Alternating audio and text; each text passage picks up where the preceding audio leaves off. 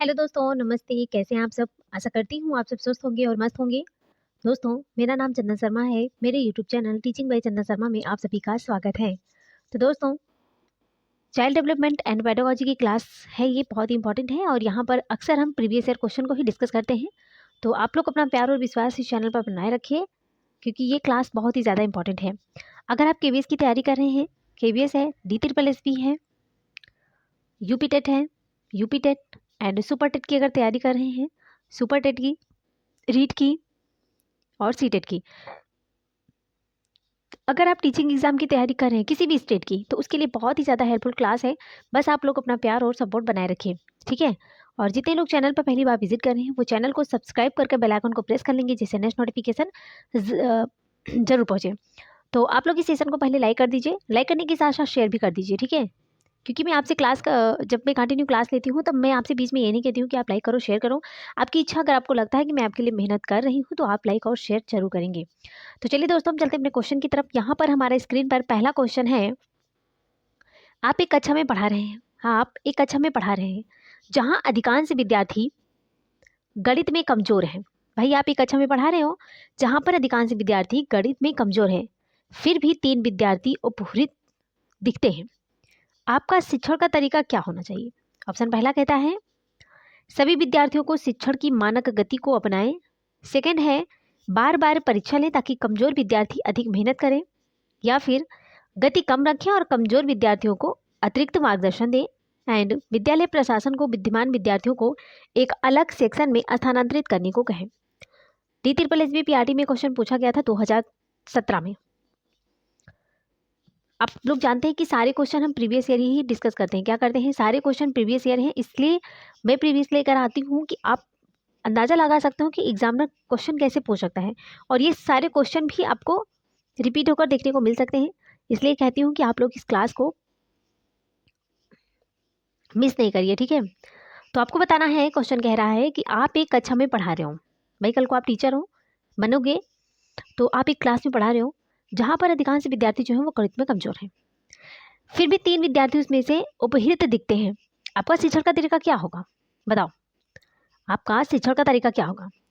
पहला ऑप्शन था कि सभी विद्यार्थियों को शिक्षण की मानक गति को अपनाएंगे। ऑप्शन गलत है। सेकंड है कि बार बार परीक्षा लें ताकि कमजोर विद्यार्थी अधिक मेहनत करेंगे। ये कोई सोल्यूशन नहीं है दोस्तों, ये कोई शिक्षण का तरीका नहीं कि आप बच्चे वीक हैं तो फिर भी आप बार बार एग्जाम ले रहे हो। ये भी ऑप्शन गलत है। तीसरा कहता है कि गति कम रखें और कमजोर विद्यार्थियों को अतिरिक्त मार्गदर्शन देंगे। ये तो भाई सही है। भाई, अगर बच्चा मैथ्स में कमजोर है तो आप क्या करेंगे, अपनी गति को कम रखेंगे और जो कमजोर बच्चा है उसको क्या करेंगे, एक्स्ट्रा समय देकर उसको पढ़ाएंगे, ठीक है। तो ऑप्शन तीसरा सही है। चौथा कहता है कि विद्यालय प्रशासन को बुद्धिमान विद्यार्थियों को एक अलग सेक्शन में स्थानांतरित करने को कहेंगे। ये ऑप्शन गलत है।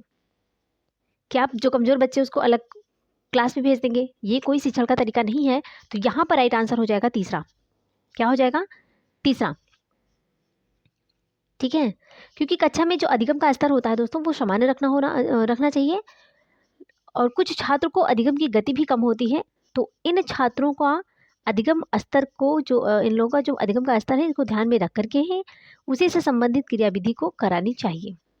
चलो नेक्स्ट क्वेश्चन देखते हैं। कक्षा में 3 विद्यार्थी सदैव पीछे बैठते हैं। कक्षा में 3 विद्यार्थी हैं जो कि सदैव पीछे बैठते हैं और लगातार बात करके पूरी कक्षा का जो ध्यान है उसको भंग करते हैं। इन विद्यार्थियों के लिए आप क्या उपाय अपनाएंगे? भाई, कक्षा में 3 विद्यार्थी हैं जो कि सदैव पीछे बैठते हैं और वो कक्षा में लगातार इतना शोर करते हैं कि पूरी कक्षा का जो ध्यान है उसको भंग कर देते हैं। तो इन विद्यार्थियों के लिए आप क्या उपाय करेंगे? ऑप्शन पहला कहता है कि उन्हें आगे बैठने को कहेंगे। सेकेंड है कक्षा आरंभ होने से पहले उन्हें बाहर जाने को कहेंगे। ये तो निगेटिव बात। भाई, क्लास स्टार्ट ही नहीं हुई, आप उसे कहोगे कि आप क्लास से बाहर जाओ, वो भी तो स्टूडेंट है, हैं? तो भाई दूसरा तो गलत है। तीसरा कहेगा, ऑप्शन कहता है कि प्रधानाध्यापक को उन्हें विद्यालय से निकालने को कहेंगे। नहीं, ये भी ऑप्शन गलत है। भाई, हम प्रिंसिपल से क्यों कहेंगे कि बच्चे को आप बाहर निकाल दो? हम ऐसा तो कर नहीं सकते।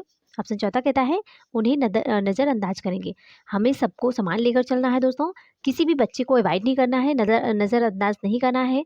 और ये भी नहीं कहना है कि इस बच्चे को निकाल दो, ये कमज़ोर है, ये मतलब कि शैतानी करता है, इसकी वजह से पूरा क्लास भंग हो जाता है। तो आप ये सारी चीज़ें नहीं करोगे। तो ये भी TSSB में क्वेश्चन पूछा गया था दोस्तों। तो इसका जो राइट आंसर हो जाएगा वो हो जाएगा पहला।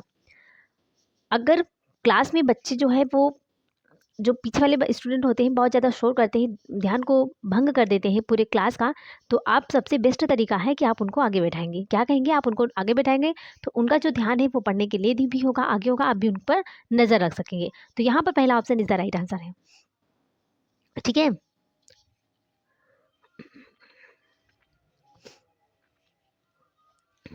चलो जी आगे देखते हैं नेक्स्ट क्वेश्चन क्या कहता है। वाइगोत्स्की के सामाजिक विकास सिद्धांत ने डैश की नींव रखी है। ऑप्शन पहला है व्यवहारवाद, मानवतावाद, संरचनावाद या फिर प्रभाव डालने का अनुकूलता सिद्धांत। DSSB PRT पे क्वेश्चन पूछा गया था। ये सीटेट का भी फेवरेट क्वेश्चन है दोस्तों, ये सीटेट का भी फेवरेट क्वेश्चन है और ये KBS और DSSB में भी पूछा जाएगा। ये रिपीट क्वेश्चन जरूर होगा। 2017 में पूछा गया था, 2025 में भी पूछा जाएगा, इसलिए क्वेश्चन बहुत ज़्यादा इंपॉर्टेंट है कि वाइगोत्स्की के सामाजिक विकास सिद्धांत ने डैश की नींव रखी। किसकी नींव रखी थी बताइए। देखिए, अगर मैं बात करती हूँ संरचनावाद के प्रमुख प्रवर्तक विलियम वुंट थे। कौन थे? तो संरचनावाद के कौन थे? विलियम वुंट थे, है ना। इन्होंने क्या किया था, इन्होंने 1879 ईस्वी में 1879 में इन्होंने मन का व्यवस्थित ढंग से अध्ययन करने के लिए लिपजिंग, कहाँ पर? लिपजिंग, आप लोग इसको नोट डाउन कर लीजिएगा। लिपजिंग में मनोविज्ञान प्रयोगशाला खोला। भाई संरचनावाद के प्रमुख प्रवर्तक कौन थे? विलियम वुंट थे। कौन थे भाई? विलियम वुंट थे। इन्होंने 1879 में मन का व्यवस्थित ढंग से अध्ययन करने के लिए लिपजिंग में मनोविज्ञान प्रयोगशाला खोला। इन्होंने क्या किया, इन्होंने पाया कि जटिल मानसिक अनुभव वास्तव में संरचनाएं हैं जो अनेक मानसिक स्थितियों से मिलकर बनी होती हैं। ठीक है, तो यहाँ पर जो राइट आंसर हो जाएगा वो हो जाएगा संरचनावाद। वाइगोत्स्की के सामाजिक विकास सिद्धांत ने संरचनावाद की नींव रखी है। ऑप्शन तीसरा जो है राइट आंसर है। ठीक है, चलो जी आगे देखते हैं। ये भी इंपॉर्टेंट है, ये भी PRT DSSB में ही पूछा गया था कि टेबुला रसा, सीटेट में आपने पढ़ा होगा। टेबुला रसा संकल्पना का प्रतिपादन किसने किया? टेबुला रसा संकल्पना का प्रतिपादन किसने किया? क्या पियाजे ने किया था, जॉन लॉक ने किया था, वाल्टेयर ने किया था या फिर जॉन डीबी ने किया था? बताओ। टेबुला रसा संकल्पना का प्रतिपादन किसने किया? बताओ। इसको पता है किसने किया था? जॉन लॉक ने किया था। किसने किया था? John Locke. ऑप्शन दूसरा इज द राइट आंसर। क्योंकि जॉन लॉक के अनुसार अगर हम बात करते हैं तो जन्म के समय बालक का जो मस्तिष्क होता है, जॉन लॉक के अनुसार जो बालक का मस्तिष्क होता है एक कोरी स्लेट के समान होता है। कैसा होता है? कोरी स्लेट के समान होता है, जिस पर कुछ भी लिखा जा सकता है, जिस पर कुछ भी लिखा जा सकता है। अर्थात जन्म के बाद जिस प्रकार के पर्यावरण में वह रहता है उसका प्रभाव उस पर अवश्य पड़ता है। ठीक है, तो ऑप्शन दूसरा इज द राइट आंसर है। चलो जी आगे देखते हैं क्वेश्चन क्या कहता है। एक कक्षा में जब शिक्षक ध्यान केंद्र पर ध्यान देता है वो क्या कहलाता है? अनुबोधक कहलाता है, संसाधन, प्रशिक्षक या फिर नियंत्रक? बताओ। एक कक्षा में जब शिक्षक ध्यान केंद्र पर ध्यान देता है वो क्या कहलाता है? तो वो क्या कहलाता है दोस्तों? नियंत्रक कहलाता है। ये भी DSSB में पूछा गया था 2018 में क्वेश्चन। क्या कहलाता है? नियंत्रक कहलाता है। ऑप्शन चौथा इज द राइट आंसर है। चलो नेक्स्ट क्वेश्चन की बात करते हैं। शिक्षक अनुबोधक की भूमिका निभाता है जब वह ध्यान का केंद्र बन जाता है, एक चलता फिरता संसाधन है, विद्यार्थियों को प्रोत्साहित करता है या फिर कक्षा गतिविधि में भाग लेता है? ये भी DSSB में ही क्वेश्चन पूछा गया था 2018 में। बताओ। शिक्षक अनुबोधक की भूमिका निभाता है, शिक्षक अनुबोधक की भूमिका निभाता है जब वह, बताओ, जब वो ध्यान का केंद्र बन जाता है? गलत। एक चलता फिरता संसाधन है? गलत। विद्यार्थियों को प्रोत्साहित करता है? पॉजिटिव आंसर है। शिक्षक अनुबोधक की भूमिका क्यों निभाता है? क्योंकि वो विद्यार्थियों को प्रोत्साहित करता है। क्या करता है? विद्यार्थियों को प्रोत्साहित करता है। ऑप्शन तीसरा इज द राइट आंसर। ठीक है, चलो जी आगे देखते हैं नेक्स्ट क्वेश्चन क्या कहता है। इनमें से कौन सा अच्छे शिक्षक विद्यार्थी संबंधों का लक्षण है? इनमें से कौन सा अच्छे शिक्षक विद्यार्थी संबंधों का लक्षण है? ऑप्शन पहला है शारीरिक दंड प्रयोग करना, सेकंड है शिक्षक द्वारा प्राबल्य का उपयुक्त स्तर प्रयोग करना या फिर मार को दंड के रूप में प्रयोग करना, या फिर गर्मजोशी और स्वीकार्यता के न्यूनतम स्तर का शिक्षक के द्वारा कक्षा में प्रयोग किया जाना। बताओ इसका राइट आंसर क्या हो जाएगा, बताइए। कौन से एक अच्छे शिक्षक विद्यार्थी संबंधों का लक्षण है, क्या हो जाएगा? तो दोस्तों यहाँ पर राइट आंसर हो जाएगा गर्मजोशी और स्वीकार्यता के न्यूनतम स्तर का शिक्षक के द्वारा कक्षा में प्रयोग किया जाना। क्योंकि अच्छा संचार एक सुरक्षित सीखने का माहौल और आपसी सम्मान, सकारात्मक और सहनशील रवैया होता है।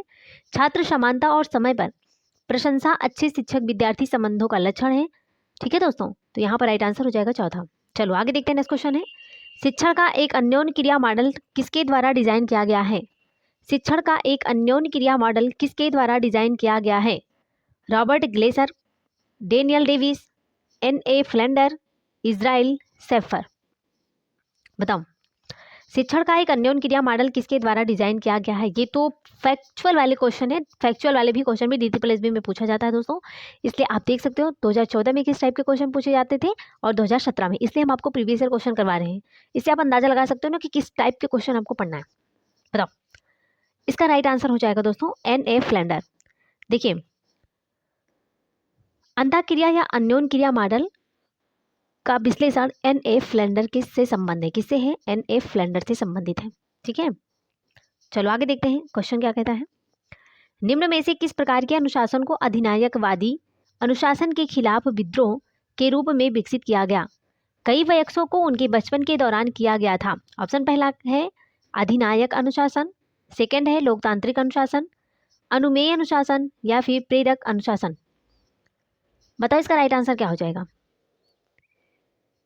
2019 में क्वेश्चन पूछा गया था DSSB में कि निम्न में से किस प्रकार के अनुशासन को अधिनायकवादी अनुशासन के खिलाफ विद्रोह के रूप में विकसित किया गया? कई वयस्कों को उनके बचपन के दौरान किया गया था। तो यहाँ पर राइट आंसर हो जाएगा दोस्तों अनुमेय अनुशासन। क्या हो जाएगा? अनुमेय अनुशासन। देखिए आज्ञार्थक अनुशासन प्राधिकारी अनुशासन के विरोध स्वरूप विकसित हुआ। इस प्रक्रिया में बहुत सारे वयस्क अपने बचपन में मुक्त भोगी होते रहे हैं, जबकि आज्ञार्थक अभिभावक प्रायः बहुत उत्तरदायी एवं स्नेही होते हैं। ऐसी पेरेंटिंग शैलीगत नियमों से स्वतंत्र होता है। तो यहाँ पर राइट आंसर हो जाएगा ऑप्शन तीसरा। नेक्स्ट क्वेश्चन है कि व्यक्तिगत प्रोफाइल को कैसे उपयोगी रखा जा रहा है? व्यक्तिगत प्रोफाइल को कैसे उपयोगी रखा जा रहा है? ऑप्शन पहला है इसकी प्रगति के बारे में विद्यार्थियों के माता पिता से शिकायत करने के बाद में मदद मिलती है, या फिर यह औपचारिक और अनौपचारिक दोनों आकलन करता है, केवल पहला, दोनों, ना तो पहला ना ही दूसरा, या फिर केवल दूसरा। देखिए DSSB में प्रथम पाली में क्वेश्चन पूछा गया था दोस्तों, बताइए इसका राइट आंसर क्या हो जाएगा?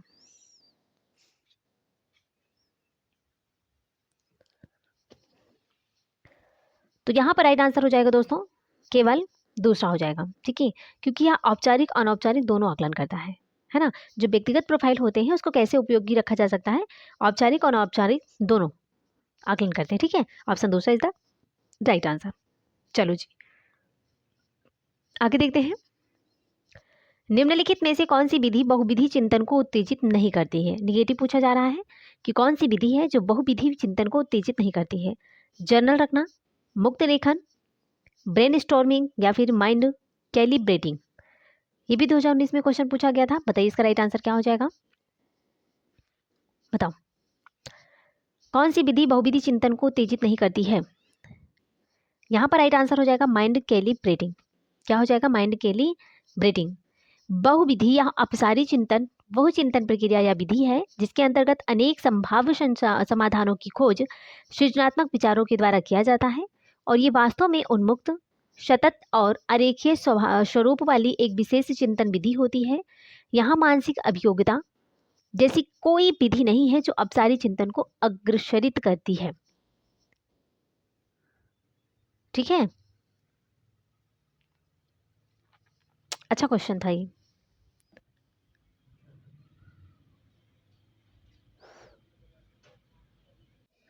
चलो जी आगे देखते हैं, नेक्स्ट क्वेश्चन क्या कहता है। निम्नलिखित में से कौन से मूल का के प्रकार हैं? पहला है नैतिकता, सांस्कृतिक, सर्वव्यापी, आध्यात्मिक। बताओ कौन सा मत के प्रकार है? मूल्य के सॉरी कौन सा मूल्य के प्रकार है, तो आपको बताना है इसका राइट आंसर क्या हो जाएगा।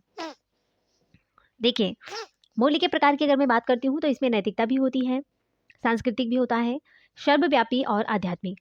तो यहाँ पर सारे जो है वो मूल्य के प्रकार हैं दोस्तों। तो यहाँ पर राइट आंसर हो जाएगा चौथा। ठीक है, ये भी 2019 में ही क्वेश्चन पूछा गया था। चलो नेक्स्ट क्वेश्चन की बात करते हैं। निम्नलिखित में से कौन सा अभिवृत्ति एक प्रभावशाली शिक्षक का नहीं है। पहला है पास करना और जवाबदेही, सेकंड है संवेदनशीलता से विविधता को स्वीकार करना, सृजनात्मकता को प्रोत्साहन देना, या फिर व्यक्तिगत अनुदेश को प्रोत्साहित करना। बताइए, निम्नलिखित में से कौन सा अभिवृत्ति एक प्रभावशाली शिक्षक का नहीं है।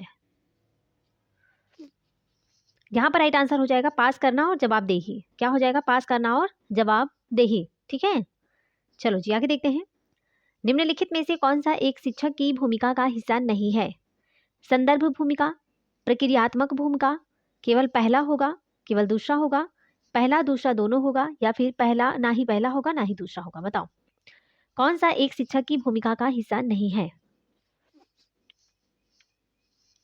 तो यहाँ पर राइट आंसर हो जाएगा दोस्तों, पहला हो जाएगा संदर्भ भूमिका। केवल पहला जो है वो एक शिक्षक की भूमिका नहीं है। प्रक्रियात्मक भूमिका होती है लेकिन संदर्भ भूमिका नहीं होता है ना, क्योंकि दूरदर्शी या संदर्भित भूमिका शिक्षक के भूमिका का भाग नहीं है। शिक्षक उन विद्यार्थियों को शिक्षित करने हेतु सर्वोत्तम रूप से जाने जाते हैं जो उनकी अनुदेशों का भली भांति पालन करते हैं। इसके अलावा अगर मैं बात करती हूँ तो शिक्षक प्रक्रियात्मक रूप से कक्षा कक्ष में अनेक भूमिकाएं निभाता है। क्या करता है, बहुत सारी भूमिकाएं निभाता है। चलो जी आगे देखते हैं। नेक्स्ट क्वेश्चन कहता है, अध्यापन विश्लेषण के इंटरेक्टिव चरण में निम्नलिखित में से कौन सी गतिविधियां शामिल हैं। प्रतिक्रिया देना, शिक्षार्थियों की अपेक्षित प्रक्रियाओं पर निर्णय लेना, उत्तेजना प्रस्तुति की विधियां, उपागम तय करना। बताओ पहला तीसरा होगा, पहला दूसरा होगा, पहला दूसरा तीसरा होगा, या फिर दूसरा और तीसरा दोनों होगा। अध्यापन विश्लेषण के इंटरेक्टिव चरण में निम्नलिखित में से कौन सी गतिविधियां शामिल हैं। यहाँ पर राइट आंसर हो जाएगा पहला दूसरा और तीसरा, तीनों है। क्या है, तीनों है। चलो आगे देखते हैं। नेक्स्ट क्वेश्चन क्या कहता है, एक शिक्षक विद्यार्थियों में सामाजिक मूल्यों को विकसित कर सकता है। एक शिक्षक विद्यार्थियों में सामाजिक मूल्यों को विकसित कर सकता है महान व्यक्तियों के बारे में बोलकर, अनुशासन की अनुभूति को विकसित कर, आदर्श रूप से बर्ताव कर, उन्हें अच्छी कहानियां सुनाकर। देखो ये यूपी टेट में क्वेश्चन पूछा गया है 2011 में। मैंने आपको बताया था ना, यूपी टेट हो, सुपर टेट हो, DSSB, KBS, रीट, सीटेट, तो मैं सारे एग्जाम के प्रीवियस ईयर क्वेश्चन लेकर आऊंगी। बस आप लोग धैर्य बनाए रखिए। यकीन मानिए, अगर आप लोगों ने ये जो सीरीज हमने कंटिन्यू स्टार्ट कर रखा है, अगर आप इस सीरीज को ही कंटिन्यू कर लेंगे तो आप 100% आप शिक्षक बनोगे, कंफर्म है। किसी भी स्टेट से हो आप, नो प्रॉब्लम। जहाँ भी CDP पूछा जाता है वहाँ के लिए क्लास बहुत ही ज़्यादा इंपॉर्टेंट है। ठीक है, मतलब इसका राइट आंसर क्या हो जाएगा।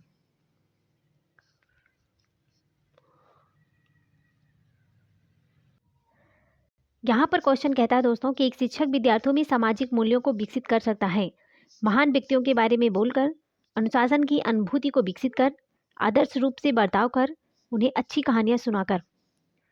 तो यहाँ पर राइट आंसर हो जाएगा आदर्श रूप से बर्ताव कर। ठीक है, नेक्स्ट क्वेश्चन है कि एक शिक्षक के लिए सबसे इंपॉर्टेंट क्या होता है। कक्षा में अनुशासन बनाए रखना, समय में कक्षा में समानुवर्ती होना, विद्यार्थियों की कठिनाइयों को दूर करना, या फिर एक सुवक्ता होना।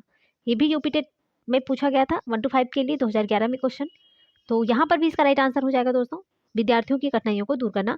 ये एक शिक्षक की क्वालिटी होती है और इस शिक्षक के लिए सबसे इंपॉर्टेंट यही होता है कि विद्यार्थियों की कठिनाइयों को दूर किया जा सके, है ना।